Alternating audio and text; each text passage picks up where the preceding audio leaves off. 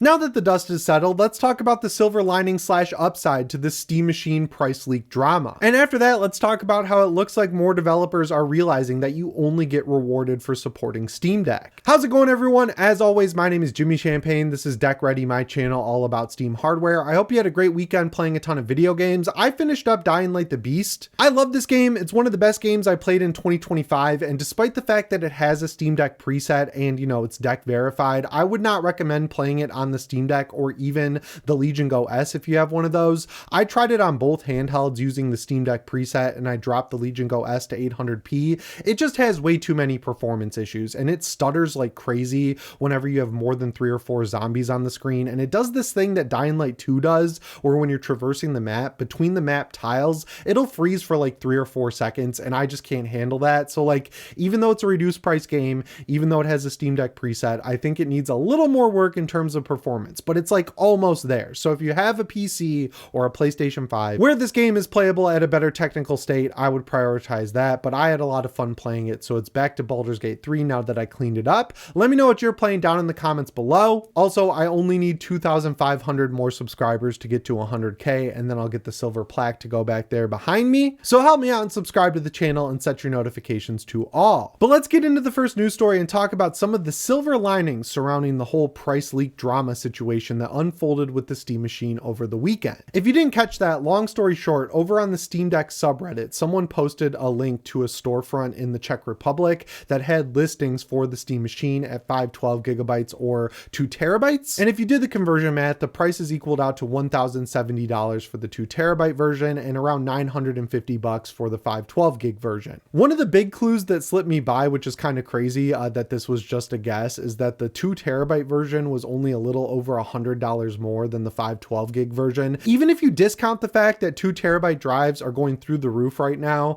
only $100 difference between a 512 gig version and a 2 terabyte version of the Steam Machine would be absolutely nuts. Like, you would be a moron at that point to not buy the 2 terabyte version, because you are getting an extreme deal buying the 2 terabyte. Even if you buy the 512 and buy a 2 terabyte drive to pop in it, you're still kind of losing money at the end of the day, because that price difference is just like too good to be reality. You know what I'm saying? So that should have tipped everyone off immediately, but if you dug into it, it was very obvious from the jump that this site marks things up exorbitantly. Like, the Steam Deck OLED at 512 gigs was like over $200 more than the MSRP. Also, talking to some of my viewers from the Czech Republic, they were like, oh yeah, I mean, that site can also mark things up to over 100%. So even if you take off the VAT tax of 21%, it still ended up being like $100 markup for the Steam Deck OLED. So like, I thought that was pretty obvious and it wouldn't catch on. But then if you looked at the articles that sites were tweeting out, they were removing all the context, hoping that you would click on their article, or at the very least share their post on X, which would get it more reach and then of course get them more followers. So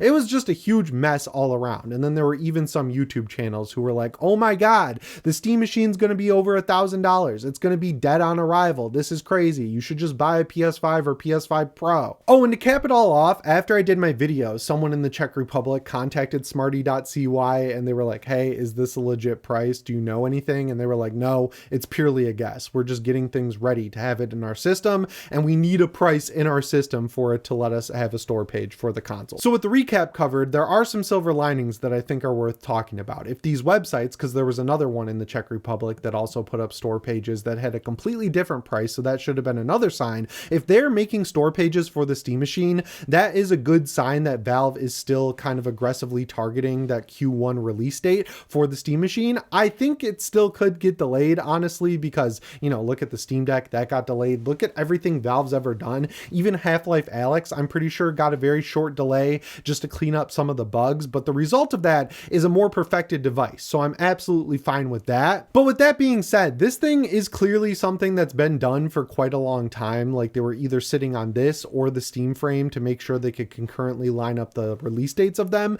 because the hardware team in Valve is small. I know there's a VR team and a Steam hardware team, but they're obviously kind of working together on all this stuff. So I'd imagine that they have a lot of Steam machines just sitting in a warehouse ready to be shipped out, and they're just monitoring the situation in terms of RAM prices and everything like that to make sure if they launch it at a certain price point, they can continue offering it at that price point, or, maybe take it off the market for a couple of months once the initial wave sells out while they wait for things to stabilize. So So I think because they gave themselves such a wide window of early 2026, what does that cover? I think they could stretch it all the way to like the end of June, right? Like early 2026 is before the 6-month mark, and the end of June would be 6 months past of 2026. So if they release it now between June, they're technically hitting their early 2026 window. And I feel pretty confident that we'll see it in that date range because it's not really new hardware in the same way that the Steam Deck was. Like the Steam Deck was brand new, right? Like SteamOS is already ready to go. And even though it is kind of a cool design where they had to do some custom work to get it into a clean Xbox style chassis, I mean, it really is using off the shelf PC parts at the end of the day. So like,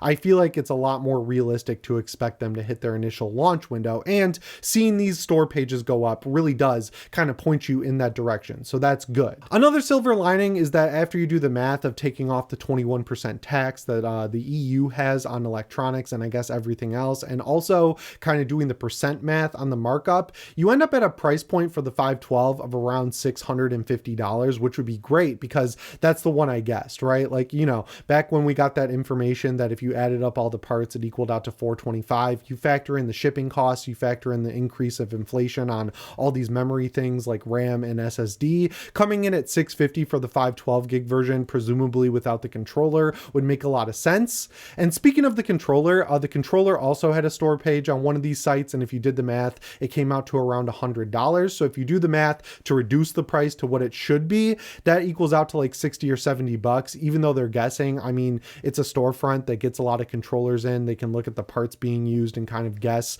what the overall cost of the thing would be. So overall, when you're looking at the entry level option, we are going to sit in that $650, $700 price range. I'm very confident of it. But like I said earlier, I think that will definitely be just for the first batch of consoles. And then once they sell through that, they'll either have to reevaluate the price or take it off the market until they can get more made in the price window that they want. There are tons of news stories coming out that companies like Apple are just like permanently staying in hotels over in Taiwan right now and China, trying to figure out how to get the best deals locked in for RAM and storage. So I hope Valve is having those conversations right now with the RAM makers and the storage makers to kind of get a little pool for themselves. One big benefit is this thing is not going to sell to the level of something like a PlayStation 5 or Switch 2. So they only need a little bit comparatively to everyone else, like Apple or Sony or Nintendo or even Microsoft to some extent. So they're not competing for as much of the RAM. I'm kind of thinking of it like a roof in a rainstorm, which is a weird analogy. Like, you know, there's a gutter, right? The gutter is Sony, Microsoft, Nintendo,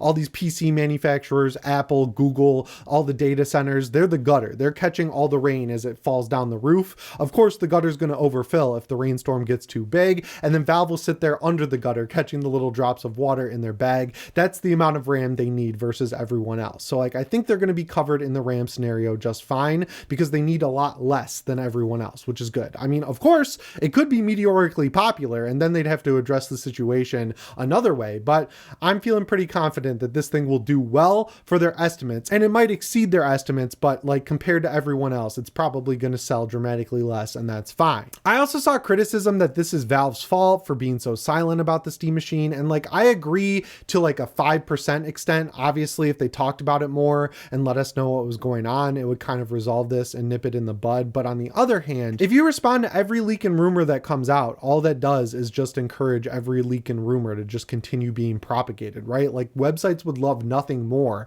if they could write an article based on a Reddit post about a Czech retailer and say, whoa, the Steam Machine price is going to be over $1,000. Gamers are pissed. And then Valve comes out and says, no, it's not going to be that much. We're not going to reveal the price, but it's not going to be that much. They can update their article, reboost it out, and get even more clicks and ad revenue off of something like that. And then they'll just make more articles like that. They're encouraged to do it at that point. So I see where you're thinking if you are one of those people who criticize Valve for not saying anything or being too quiet, but I think the consequence of coming out and refuting every leak or rumor is worse than just being quiet at the end of the day. Like, they've learned their lesson there, I think, just by watching every other console manufacturer respond to everything. And then the final silver lining is that this news absolutely blew up. I saw it on every gaming channel under the sun, like Destin Legary, who usually only covers Xbox stuff. He did a video about it. I mean, there were a ton of YouTubers who did videos breaking it down, including myself. But the fact that this news spread so far on X, spread so far on YouTube, that's good because it shows that there's hype and interest in the Steam machine. People really want to know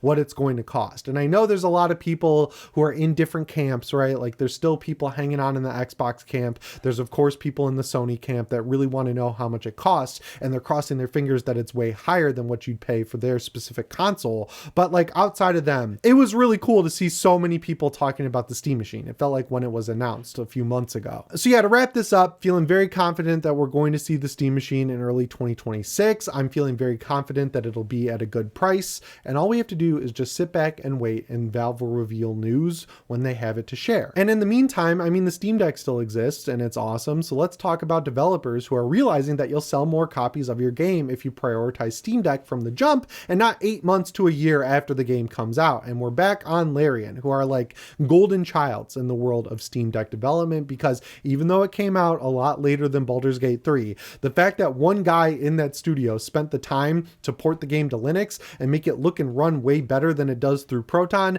they get a gold star in my opinion. That is just awesome from top to bottom. So they just did an AMA about Divinity, which is their next game. It's their own IP that they've worked on a lot longer than Baldur's Gate. They said since Baldur's Gate 3 was one of the most played games on the platform, we will do our best to once again release on the platform. So a lot of people were thinking that this game's going to be optimized from the jump in early access for the Steam Deck.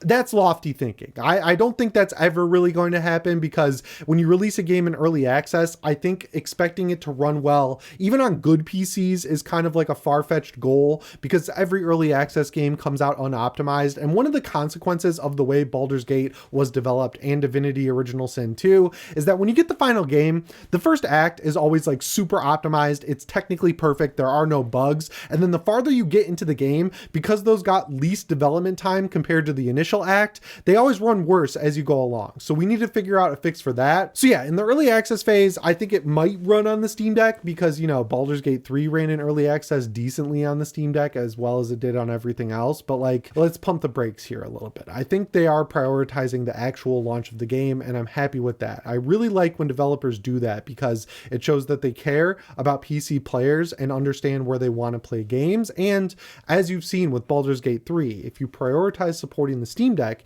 you will stay in the top 100 most played games on the Steam Deck indefinitely, forever, because people love you. They're like, thank you for supporting this machine I really want to play games on, and I will support you because you did that. The astronauts learned this with Witchfire 2. They supported the Steam Deck in early access, and that game absolutely blew up during the end of the year. Every time I talked about it on the channel, I saw so many comments from people saying that game looks awesome. I just bought it on my Steam Deck. Expedition 33, they did kind of like a half-ass Steam Deck update, if we're being real, and even that bumped it even higher up the most played games.